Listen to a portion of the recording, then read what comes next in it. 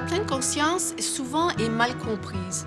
On pense quelquefois que c'est une façon, genre de psychologie positive, toujours être bien, ou quelque chose qui anti-stress. Et d'une certaine façon, ça peut être un des effets, une des conséquences de pratiquer la pleine conscience, mais ce n'est pas ce que c'est. La pleine conscience, c'est vraiment porter attention à soi-même et aux autres dans le moment présent, avec une attitude d'ouverture et d'accueil et de générosité.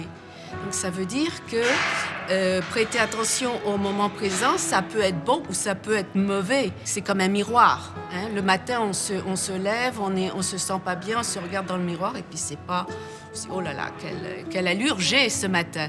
Donc c'est vraiment se regarder tel qu'on est et accueillir ce qui est. Je pense qu'il est pertinent de parler de pleine conscience à cette époque-ci et en même temps, c'est un vrai défi de le mettre de l'avant. Parce qu'on est justement dans une société très rapide, de performance, où on est toujours essoufflé. On n'a pas vraiment le temps de ralentir. Et la pleine conscience, le fait de s'arrêter sur soi-même et prêter attention à son expérience présente veut dire que l'on doit ralentir. C'est un défi, mais c'est un défi qui mérite d'être relevé. Ce livre qui sort maintenant, qui s'appelle « Pleine conscience, guide vers une retraite heureuse », c'est un ouvrage qui s'adresse, je dirais, aux retraités, aux nouveaux retraités, mais en même temps, je pense que ça pourrait s'adresser aussi à un public plus large.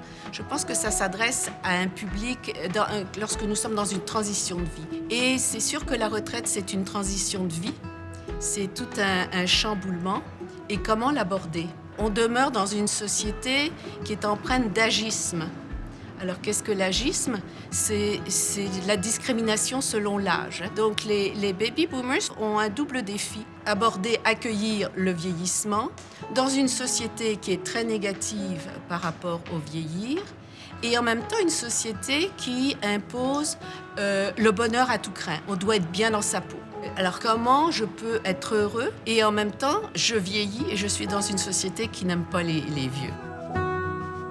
Le message du livre, c'est de se construire, d'arriver à se connecter à soi-même pour savoir finalement quels sont mes besoins, quelles sont mes intentions, qu'est-ce qui me rend heureux. Et cette définition ne devrait pas dépendre d'un message extérieur. Le bonheur, c'est très subjectif. C'est est-ce que j'aime la vie que je mène ? Et je pense que cette intériorité, cette capacité finalement de se connecter à soi-même, de s'accueillir, d'agir avec discernement et d'agir avec intégrité. Et pour faire cela, il faut s'intérioriser, il faut rentrer en soi-même, ça ne viendra pas de l'extérieur. La façon dont je traite le sujet dans l'ouvrage, c'est de différentes manières. D'abord, je fais une première partie où je parle du vieillissement.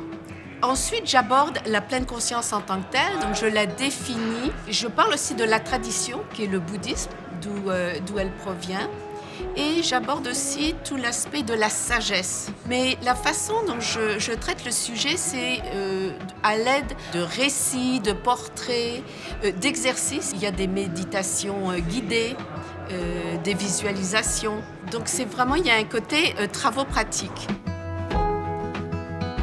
Je pense que c'est un ouvrage de réflexion sur la vie, sur la transition, mais aussi sur les trajectoires de vie.